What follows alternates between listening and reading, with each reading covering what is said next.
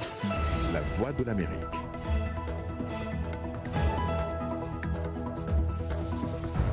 Bonsoir à tous, bienvenue dans cette nouvelle édition du Monde aujourd'hui. Voici les titres de ce journal.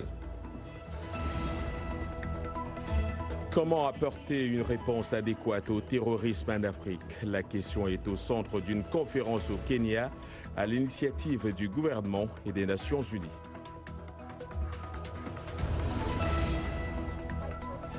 À 18 ans, elles sont déjà femmes au foyer. 3 filles sur 4 sont concernées par les mariages précoces au Niger selon l'ONU.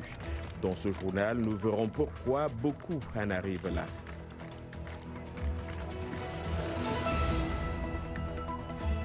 Ici aux États-Unis, la liste des candidats à la course à la présidentielle de 2020 s'allonge côté démocrate. Ils sont désormais 25 avec l'entrée en liste du milliardaire Tom Steyer.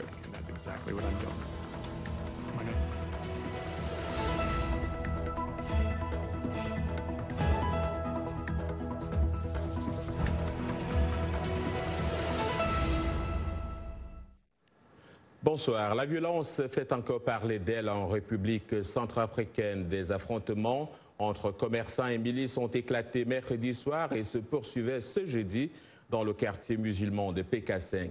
À Bangui, après la mort d'un civil tué par une milice selon les habitants et l'ONU. Depuis mercredi soir, le quartier de PK5 est secoué par des échanges de tirs impliquant des groupes criminels, a déclaré ce jeudi à la presse le porte-parole de la mission de l'ONU, Vladimir Montero. Ces échanges ont été déclenchés par des crimes chroniques commis par des bandes criminelles contre les commerçants du quartier, a-t-il ajouté. On retrouve sur place notre correspondant Freeman Sipila. Après plusieurs heures de tirs à l'arme légère et parfois lourde, un calme précaire règne en début de soirée dans ce grand quartier du 3e arrondissement de la capitale centrafricaine. Mercredi soir, la famille d'un revendeur d'essence a été visée par une attaque à la grenade perpétrée par des membres d'un groupe armé alors qu'elle était en train de prier à son domicile. Bilan, un mort et plusieurs blessés. La riposte d'un autre groupe armé proche des victimes de l'attaque n'a pas tardé. Conséquence des affrontements entre les deux groupes rivaux plongeant les autres quartiers de Bangui dans la psychose. Plusieurs sources jointes par VOA Afrique parlent d'au moins 4 morts et de nombreux blessés. Un bilan qui pourrait encore s'alourdir à en croire d'autres sources.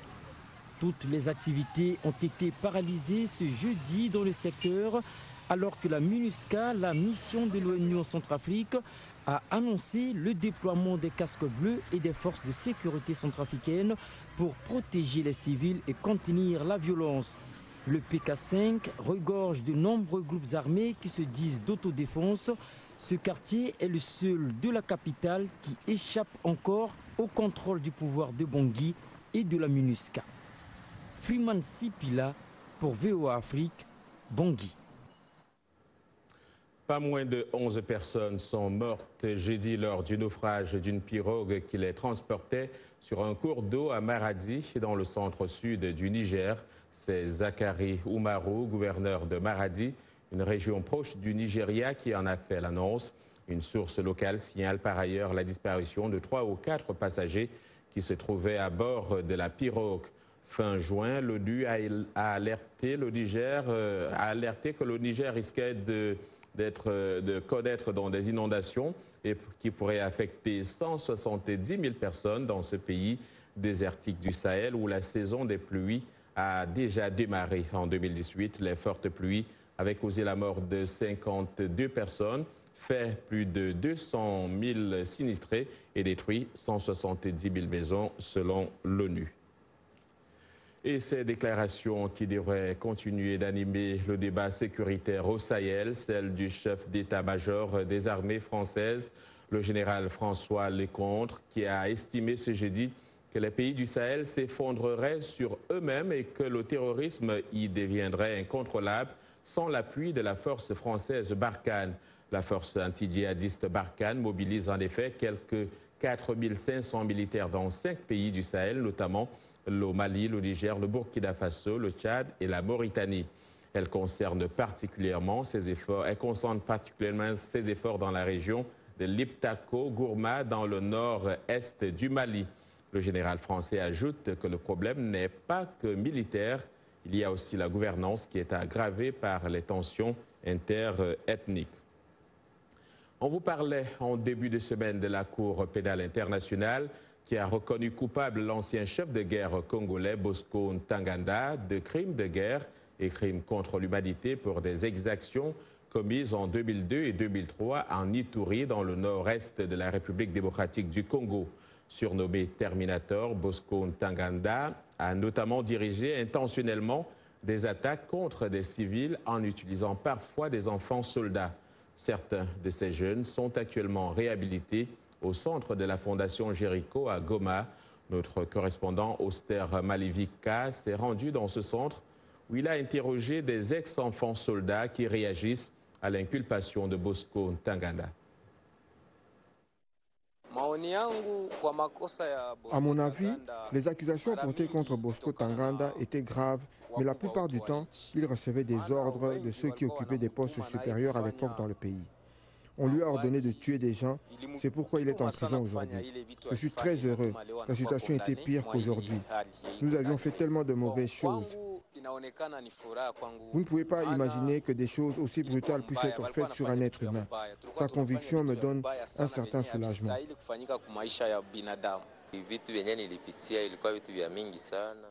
J'ai fait beaucoup de mauvaises choses, des très mauvaises choses. J'ai fini par tomber malade. Plus tard, j'ai eu l'occasion de rejoindre la Fondation Jéricho. Ils m'ont beaucoup aidé. J'ai eu l'occasion d'aller en formation professionnelle. Honnêtement, ce que j'ai fait quand j'étais dans la brousse, c'était des choses horribles. J'avais l'habitude d'enlever des femmes et des filles et parfois de les tuer. C'était un champ de bataille. Je me sentais vraiment mal avec ce que je faisais dans la brousse. Les autres qui sont encore impliqués dans la violence devraient être arrêtés. Au Nigeria, la police a tiré des coups de feu et des gaz lacrymogènes lors d'un affrontement avec un groupe de manifestants chiites qui réclamaient à Abuja la libération de leur chef, Cheikh Ibrahim Zakzaki. Des centaines de personnes s'étaient rassemblées devant les bâtiments du gouvernement pour cette manifestation qui intervient 2 jours après d'autres affrontements avec la police qui ont fait 2 morts et entraîné 40 gardes à vue. Le mouvement islamiste du Nigeria, un groupe représentant les musulmans chiites appartenant à la minorité nigériane, a fait savoir que ses membres continueraient de manifester jusqu'à ce que leur chef, en détention depuis 2015, soit libéré. Le Kenya et les Nations Unies ont organisé une conférence régionale sur la lutte contre le terrorisme à Nairobi les 10 et 11 juillet afin de rechercher des moyens d'éradiquer cette menace en Afrique. Ont assisté à cette réunion le secrétaire général des Nations Unies, Antonio Guterres, les chefs de gouvernement et des ministres de l'Intérieur et de la Sécurité des pays membres de l'Union africaine. Plus d'informations avec Blanche Sano. Les attaques islamistes se propagent si rapidement en Afrique que des réponses adéquates devraient être mises en place selon les organisateurs de la conférence sur la lutte contre le terrorisme. Les organisations liées à Al-Qaïda et au groupe État islamique ont renforcé leur présence à travers le Sahel et ailleurs sur le continent. Une situation inquiétante pour les gouvernants et aussi pour la communauté internationale. Le moment est venu pour la communauté internationale d'intensifier ses efforts et fournir les ressources financières et techniques nécessaires pour soutenir les efforts de lutte contre le terrorisme dans les pays africains, tout en respectant les droits de l'homme, l'état de droit et les considérations de genre. Tout en félicitant la détermination des Africains à trouver des solutions au problème du terrorisme, le secrétaire général n'a pas manqué d'exprimer sa solidarité aux familles des victimes d'attaques extrémistes. Un élan soutenu par les responsables africains présents à la conférence. Aujourd'hui, c'est toute l'Afrique de l'Ouest et l'Afrique centrale qui sont impactées. J'espère qu'il est temps et que les gens se rendent à l'évidence. Comme la mobilisation qu'il y a eu en Syrie et en Irak, il faut mobiliser l'ensemble de la communauté internationale pour faire face à un phénomène qui a les mêmes caractéristiques.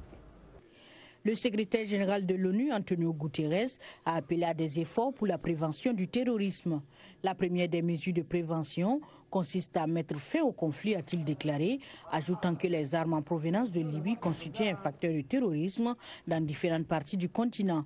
Guterres a souligné la nécessité de créer les conditions permettant aux jeunes de participer pleinement à la société, affirmant que la création d'emplois était une priorité absolue. Cap sur le Niger, où les taux de mariage d'enfants est parmi les plus élevés au monde. Les Nations Unies estiment que 3 filles sur 4 se retrouvent dans un foyer avant l'âge de 18 ans. C'est un reportage de Moki Edwin Kinzeka et Anne Zouanke. Le récit est signé Morgan Guiriec. Balkissa Chaibou, 24 ans, rencontre des jeunes filles 2 fois par mois pour discuter de leur droit à s'opposer aux mariages arrangés. Si Balkissa s'est engagée contre le mariage des enfants, c'est parce qu'elle a été elle-même mariée de force à l'âge de 12 ans et contrainte d'abandonner ses études. Ma sensibilisation fixe les jeunes filles. Il faut qu'elles sachent ce qu'elles veulent, qu'elles sachent qu'est-ce qu'elles doivent faire pour parvenir et où est-ce qu'elles veulent aller. Balkissa est devenue étudiante en médecine après avoir annulé son mariage. Mais il a fallu 5 ans de lutte contre ses parents, l'appui de la police et d'un groupe de soutien. L'un de ces groupes, SOS Femmes et Enfants Victimes de Violences, a aidé des milliers de jeunes filles nigériennes à échapper au mariage forcé. Le plus souvent, nous saisissons le procureur de la République. Et en saisissant le procureur de la République, lui, il oblige les parents à renoncer à ce mariage en les faisant signer un engagement comme quoi ils ne vont pas marier la fille.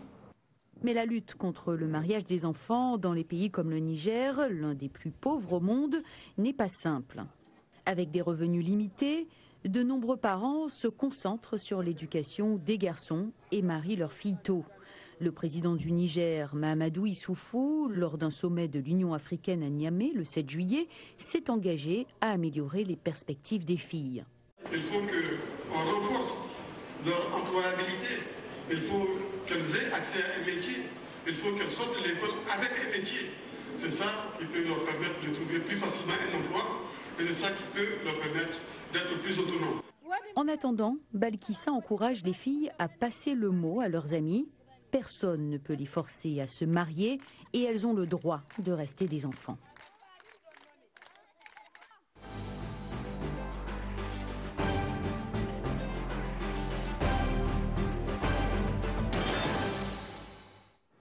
Cap sur 2020 et la Maison-Blanche. Un nouveau candidat vient de se lancer dans cette course à la présidentielle américaine, une course déjà surpeuplée côté démocrate. Le milliardaire américain Tom Steyer, connu pour ses efforts en faveur d'une procédure de destitution contre le président Donald Trump, a rejoint la vingtaine des candidats à l'investiture démocrate pour la présidentielle l'an prochain. Davantage dans ce reportage de Jim Malone, récit Jacques Aristide. Riche et philanthrope, Tom Steyer avait écarté l'idée de briguer la Maison-Blanche, mais s'est finalement ravisé. Si vous voulez accomplir quelque chose d'absolument essentiel, faites de votre mieux. Après quoi, advienne que pourra. Et c'est exactement ce que je fais. Il investit beaucoup d'argent dans la campagne pour faire destituer le président Trump, une question qui continue de diviser les élus démocrates. Alors que Tom Steyer se met sur la ligne de départ, Eric Swalwell est lui devenu le premier candidat démocrate à jeter l'éponge. Nos candidats sont pleins de talent et c'était justement l'un des défis à relever. Il y a beaucoup de poids lourds en notre sein et le choix va être compliqué. Et maintenant, en tant que citoyen, je suis impatient de suivre les débats à venir. L'élu de la Californie avait pris part au premier débat démocrate et n'avait pas manqué de défier Joe Biden. Joe Biden avait raison quand il disait il y a 32 ans qu'il était temps de passer le témoin à une nouvelle génération d'Américains. C'est toujours le cas aujourd'hui. Je le ferai. Je le tiens toujours, ce flambeau. L'ancien vice-président demeure le grand favori à l'investiture du Parti démocrate, malgré son premier débat raté. Joe Biden a notamment fort à faire face à 2 rivales, les sénatrices Kamala Harris et Elizabeth Warren, toutes deux boostées dans les sondages. Je pense que nous sommes à un stade où il y a 8 à 10 candidats qui peuvent continuer à se battre pour l'investiture démocrate. Le premier vote de la primaire démocrate aura lieu dans le petit État de l'Iowa le 3 février 2020. Vont-ils se rallier autour du candidat ou de la candidate qui obtiendra l'investiture? En tout cas, c'est un bon test pour n'importe quel parti, n'importe quand, mais il est encore trop tôt pour connaître la réponse. Les démocrates tiennent leur prochain débat à Détroit à la fin du mois en cours. Vous regardez Le Monde aujourd'hui.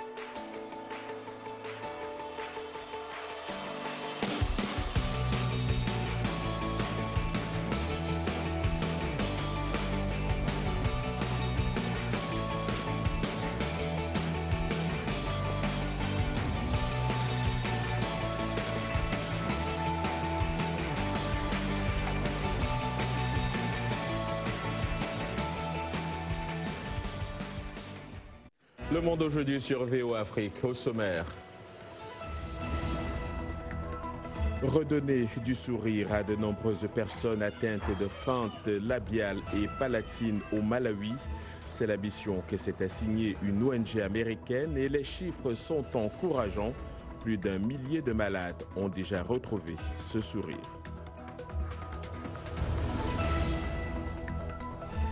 Nous parlerons également de ce phénomène qui prend de l'ampleur au Maroc, celui des accouchements par césarienne. Business ou nécessité, Elam Locker, notre correspondante sur place, nous en dira plus.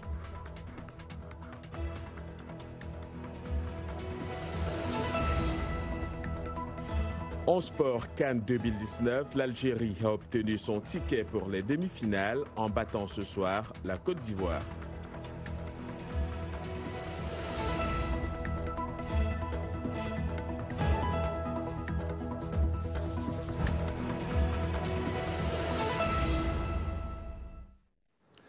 Les accouchements par césarienne font polémique depuis 2 mois au Maroc. Ici, le taux de césarienne est anormalement élevé dans les hôpitaux privés. Moins de 4 accouchements sur 10 ont lieu par voie basse selon la mutuelle des fonctionnaires.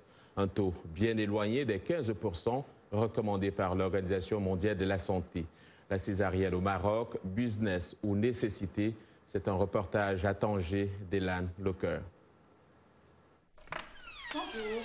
Elisa est née il y a 17 mois dans le nord du Maroc. Asna a accouché par césarienne dans une clinique privée comme 66% des femmes enceintes. Pourtant, le travail avait bien commencé. Son gynécologue a préféré venir à la dernière minute. Un comportement suspect d'après cette jeune maman. J'ai eu ce sentiment que j'étais mise ici devant le fait accompli. C'est comme si j'avais plus le choix. On ne me l'a pas dit comme ça directement, mais c'était le sentiment que j'ai eu. Omar, chauffeur de taxi à Tanger, est plus catégorique. Pour ce père de famille, la gynécologue obstétricienne a piégé sa femme Nora pour gagner de l'argent. On est allé à l'hôpital public, on a vu un médecin. C'était un mercredi. Il nous a dit, vous avez encore le temps pour l'accouchement. Le vendredi suivant, nous sommes allés voir notre gynécologue dans le secteur privé. Elle nous a dit, c'est vendredi, donc le week-end arrive. Si vous voulez aller à la clinique maintenant, prenez votre sac et partez à la clinique. Si vous voulez laisser jusqu'à lundi, vous serez responsable de ce qui pourrait arriver au bébé. Il pourrait mourir. Vous savez, à l'hôpital public, on donne entre 2 000 et 3 000 dirhams pour une césarienne. Dans le secteur privé, c'est 10 000 dirhams, voire plus. Un accouchement par césarienne coûte près de 4 fois plus cher qu'un accouchement par voie basse au Maroc. La mutuelle des fonctionnaires a menacé de ne plus rembourser intégralement les frais de l'acte chirurgical, à moins qu'il ne soit médicalement justifié. Mais il est difficile de prouver ces pratiques abusives. Au niveau du Maroc, dans le privé, il est certain que par rapport à l'hôpital public, on a un peu plus de césariennes que d'accouchements naturels. Mais vous dire qu'il y a eu des abus, il y a dû avoir des abus, bien entendu, comme tout. Mais je ne pense pas que ça soit Monaco. Le gouvernement marocain promet en tout cas de mettre fin au bras de fer entre la mutuelle et les gynécologues du secteur privé. Accouchement par voie basse ou césarienne. Un rapport détaillé sera publié bientôt dans le pays. On reste en santé pour parler de l'organisation internationale Operation Smile qui aide les Malawites atteints de feintes labiales et palatines à se débarrasser de cette maladie qui défigure le visage des patients souvent victimes de stigmatisation. L'ONG basée aux États-Unis a déjà aidé plus d'1 millier de personnes à retrouver le sourire grâce à une opération chirurgicale. Le reportage de Lamek Massina dans la ville de Zomba au Malawi avec le récit d'Abdourahmane Dia. Agnès Chocha se souvient de sa réaction amère lorsqu'elle a donné naissance à un enfant atteint de fente labiale l'an dernier. J'étais dévastée. Je me demandais pourquoi j'avais donné naissance à un tel enfant. Je me suis demandé, que s'est-il passé pour qu'il soit comme ça? Les rumeurs dans son village disaient que la maladie de son enfant était causée par un avortement clandestin qui a mal tourné. D'autres accusaient Chocha d'avoir utilisé des contraceptifs qui ont déformé le visage de son bébé. Je leur ai dit, ce n'est pas à cause des contraceptifs. Je leur ai dit que ceci était une volonté divine. L'organisation Operation Smile indique que les fentes labiales et palatines sont le 3e handicap congénital dans le monde, touchant une naissance sur 750. Elle offre une chirurgie gratuite à ceux qui sont touchés par la maladie. Au Malawi, elle a procédé à 1000 opérations en 7 ans. Elle compte plus sur des médecins étrangers à cause du manque de spécialistes locaux.